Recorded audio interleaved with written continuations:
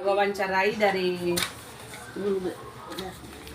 kita wawancarai salah seorang dari guru binaan yang sudah kita bina.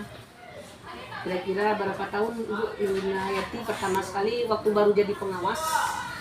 Waktu jadi pengawas sudah 4 kali semester. Tolong diceritakan pertama kali pembinaan Ibu bagaimana, kemudian apa yang Hayati rasakan sampai saat ini. Nah, silakan. Waktu pertama Ibu mengawas di sini, yang dibina hanya saya sendiri. Dari sekian banyak guru, hanya saya sendiri. Waktu pertama saya merasa dari pembinaan Ibu, wah banyak kali beban kerjanya, mana yang mau dikerjakan, bla bla bla bla bla, Ibu uraikan. Rasanya nak mampu saya sendiri, karena yang dibina itu hanya sendiri, karena Ibu tidak menjadial di sini, hanya bidang studi. Nah, setelah saya ikuti, Ibu tuntun terus sama 4 semester itu, lalu saya kerjakan lebih lambat demi lambat, lalu Ibu terus ke sini. Ya menulis. Waktu itu masih menulis.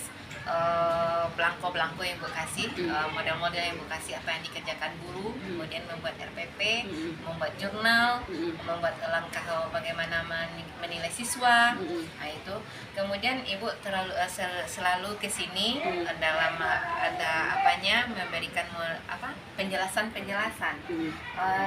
Pertama ya terasa berat untuk dilaksanakan, menjadi beban. Nah, tapi setelah Ibu kembali ke sini, sudah 3 semester kami jadi bina Ibu dengan model RPP yang baru, siklus. Kami terutama guru-guru yang mau memahami, sangat membantu sekali, dalam proses pembelajaran di kelas. Karena RPP yang Ibu berikan itu terasa simpel, kemudian ringkas, kemudian tidak banyak embel-embelnya, kemudian urutan antara KD dan IPK itu, kemudian evaluasi karakter yang ada di RPP itu, kemudian langkah pembelajaran di dalam kelas itu nampak tersusun rapi di dalam RPP siklus itu. Kemudian dilanjutkan dengan LK.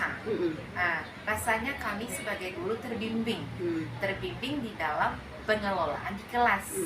Nah, rasanya anak, apa yang diinginkan anak, apa yang diinginkan KD dan tujuan di dalam pembelajaran saat itu, dalam materi, itu tercapai rasanya oleh anak gitu. Dengan bentuk RPP yang sederhana seperti itu. Terukur ya? Terukur gitu. Jadi hasilnya nampak, apa yang menjadi tujuan pembelajaran saat itu nampak hasilnya dengan bantuan RPP yang diberikan. Karena dirumuskan dengan taksonomi. Dengan adanya, kemudian dari itu dia dapat ilmu lagi dari IPK, kita dapat bisa menentukan metode apa yang akan kita ajarkan kepada siswa. Nah, apakah metodenya sendiri disesuaikan dengan materinya saat itu. Jadi rasanya memang terbimbing sekali dengan apa yang Ibu berikan. Itu dalam masalah perencanaan ya. Sekarang kan kita meningkat dengan masalah pelaksanaan. Kemudian dalam pelaksanaan pertama yang Ibu Hayati dalam pelaksanaan kan ada Ibu supervisi waktu itu. Nah, gimana waktu itu? Waktu RPP sudah ini dan Ibu mensupervisi Hayati. Dan gimana waktu itu? Waktu mensupervisi, Ibu pernah mensupervisi saya 1 kali. Itu sangat membantu sekali karena setelah dirancang, ternyata pada implikasi penerapan itu pas masuk, pas adegan, pas mulai pembelajaran, ternyata setelah supervisi Ibu ternyata masih banyak kekurangan di dalam proses pembelajaran itu. Apa yang terasa waktu itu? Yang terasa itu dalam pembagian waktu, kemudian dalam interaksi dengan siswa, kemudian cara memancing siswa. Tentu bagaimana siswa itu antusias dalam saat belajar saat itu. Itu yang dapat. Itu yang didapatkan ketika supervisi dari Ibu. Tadi setelah pembelajaran lalu diberikanlah rekomendasi dari Ibu.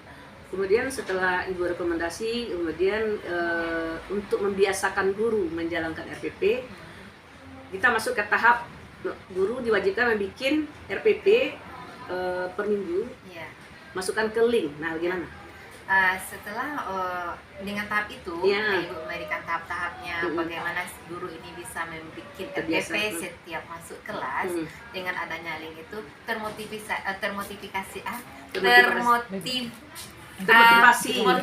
sekali menjalankannya.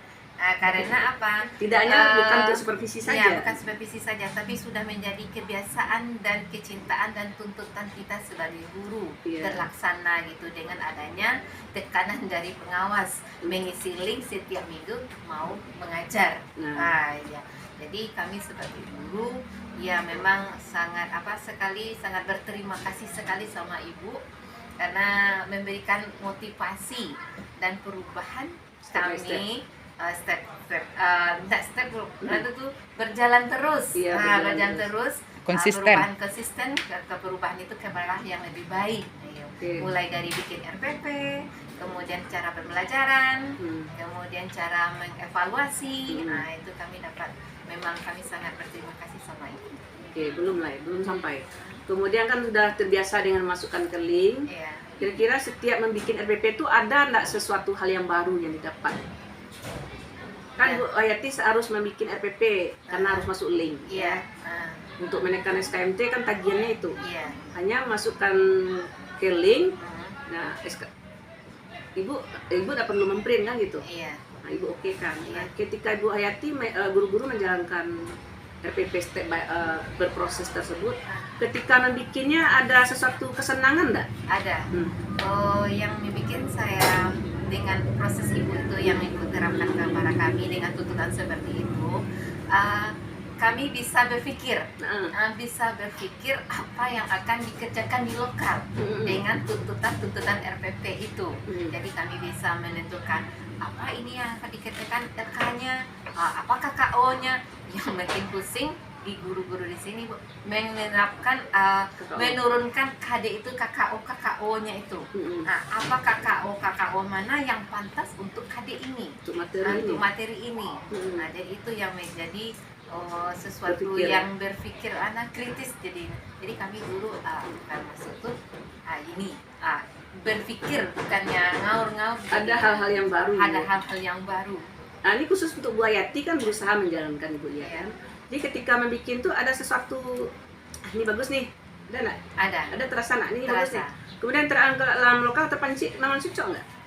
Setelah dijalankan? Setelah dijalankan cocok. Kan tidak hanya waktu supervisi? Tidak. Oke. Nah ini jadi sasaran guru pengawas adalah tidak hanya untuk supervisi.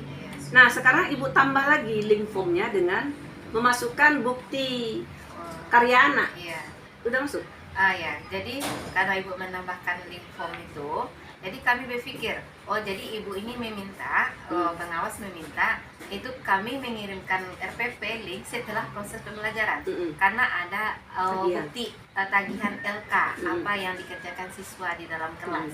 Jadi ada video, ada gambar, ada foto, bagaimana anak itu bekerja. Nah, jadi tagihannya bertambah ya? Bertambah. Tapi kira-kira berguna nggak? Sangat berguna sekali. Nah, apa aja berguna? Iya, bergunanya gitu.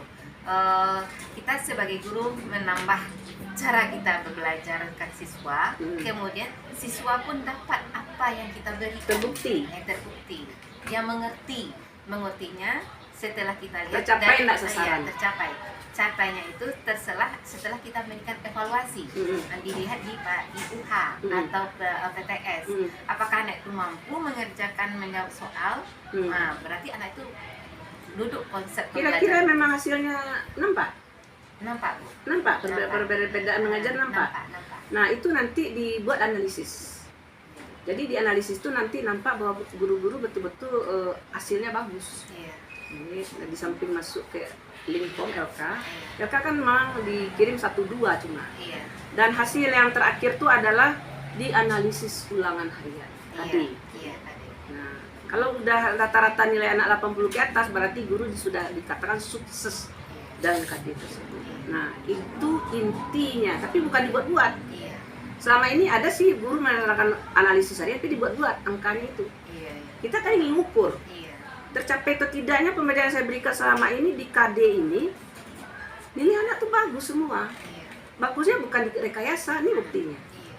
Nanti itu terakhir yang yang ibu minta lagi, tapi itu tetap proses. Itu tidak semua guru. Bagi guru yang sudah level C6 ya. Sudah sampai evaluasi C5, C6 penerapan apply. Jadi guru ibu sudah apply ya Pak, membanding, kemudian evaluasi, create terakhir. Nah, create terakhir itu sasarannya anak produk. Jadi itu ibu juga ingin perlu testimoni dari guru yang sudah, Bu Yati guru yang terlama ini. Iya. Makanya ibu minta, kan udah bilang tadi di awal memang susah. Ibu pun merasakan Bu Yati komplain waktu itu. Tapi ibu sabar saja ya. Ibu kembali lagi ke sini dengan membawa hal yang baru. Kemudian di workshop, kemudian sudah tercerahkan di workshop. Nah, yang bisa menjalankan proses memang guru-guru yang sertifikasi. Nah, mudah-mudahan sekarang Bu Yati sudah rasa cinta, bukan rasa terpaksa lagi. Nampak dari wajahnya. Dari hasilnya ya, juga berwarna. Ya, udah masih ada rasa terpaksa. Tapi terpaksa bisa. Lebih hebat lagi. Ya. Ibu muda sudah mengarah ke sana. Ya. Mungkin karena banyak jam ngajar juga. Iya. Coba, tapi udah bisa merencanakan. Ibu Redmi juga bagus. Nah, guru yang lain juga bagus, cuma belum mencoba. Nah, mungkin itu testimoni ibu juga dalam Bina Guru. Terima kasih banyak. Ini atas berkat. Kalau bapak ibu nggak mau ya nggak jadi. Saya aja yang mau nggak bisa. Udah banyak sekolah yang saya bina. Awak sih nampak nih, orang nak namu nggak bisa. Iya. Jadi memang harus kedua belah pihak mau, orang yang diberi mau, orang yang memberi mau, terjadilah dia. Mana bisa tepuk sebelah tangan kan? Iya. Jadi, assalamualaikum warahmatullahi wabarakatuh. Waalaikumsalam. Hebat FMD.